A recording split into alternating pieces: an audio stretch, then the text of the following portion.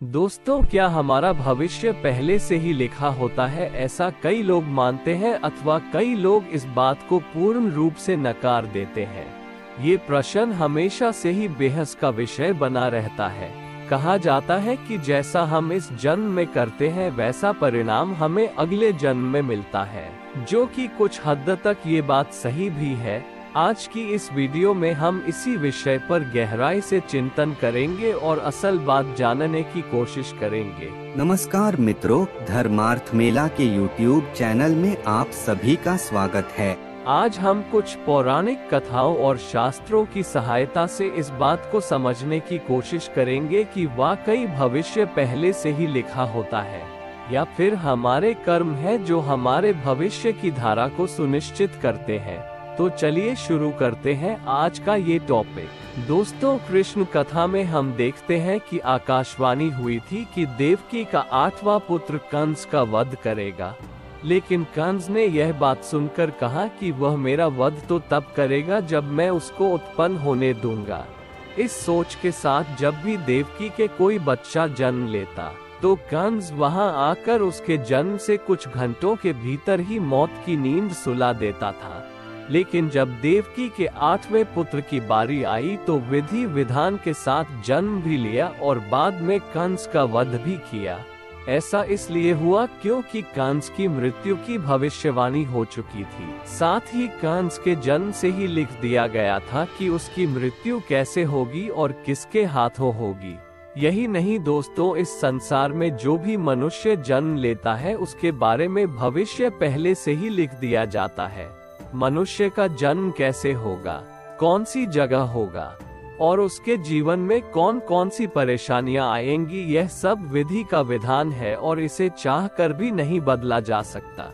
इसके साथ ही आपको ये बता दें कि कई ऐसे पौराणिक शास्त्र एवं ग्रंथ मौजूद हैं जिनमें कई महापुरुषों के भाग्य पहले से ही लिखे होने के प्रमाण मिलते हैं। जैसे हम रामायण में देखते हैं कि यह पहले से ही तय था कि भगवान श्री राम को 14 सालों का वनवास मिलेगा, अर्थात इसके पीछे का कारण भगवान श्री राम के हाथों रावण का वध होना था।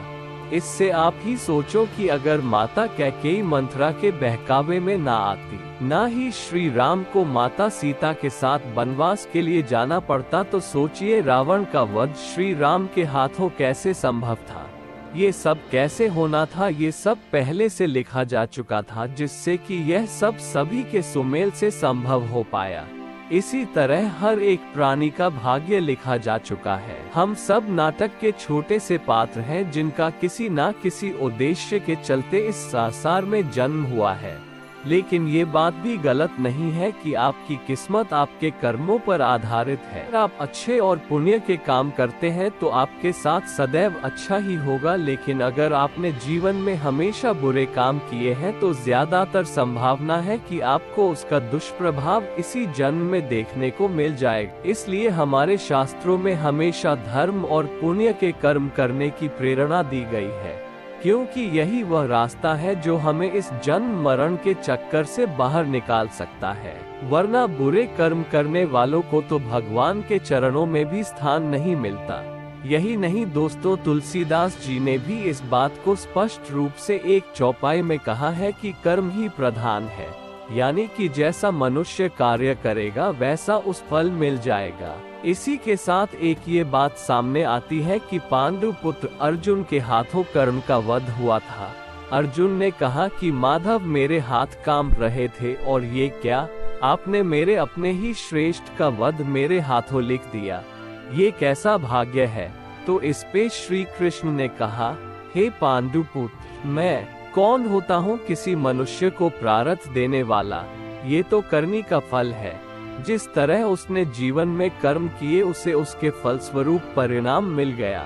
और हाँ, जीवन में किस स्तर पर फूल मिलेंगे या कांटे यह मनुष्य खुद कर्मों के द्वारा तय करता है। श्री कृष्ण ने कहा, तुमने अधर्म के विरोध में स्वर उठाया और धर्म का रास्ता चुना, जबकि कर्ण ने अधर्म का रास्ता तो ऐसे में मैं क्या कर सकता था, लेकिन फिर भी मैंने उन्हें कई विकल्प दिए, परंतु उसने हर बार दुर्योधन और उसकी मित्रता को आवश्यक समझा। इस भागवत गीता के इस अध्याय में हमें ये सीखने को मिलता है कि भगवान हमें कुछ अवसर जरूर देता है, जिससे कि हम अपने किए गए बुरे कर्मों का पश्चाताप करके सही राह पर आ सकते हैं। अंत में यही कहना चाहूँगा कि अवश्य ही हमारा भविष्य लिखा जा चुका है, लेकिन कर्मों के आधार पर ही हमें फल मिलता है, और हम अगर अच्छे कर्म करेंगे तो जीवन को शांतिपूर्वक सुख समृद्धि प्राप्त करते हुए व्यतीत करेंगे। अन्यथा बुरे कर्म करने पर तो इसी जन्म में ही हमें उसके दुष्प्रभाव देखने को मिल जाएंगे और उसका प्रभाव निश्चित रूप से अगले जन्म पर भी पड़ेगा।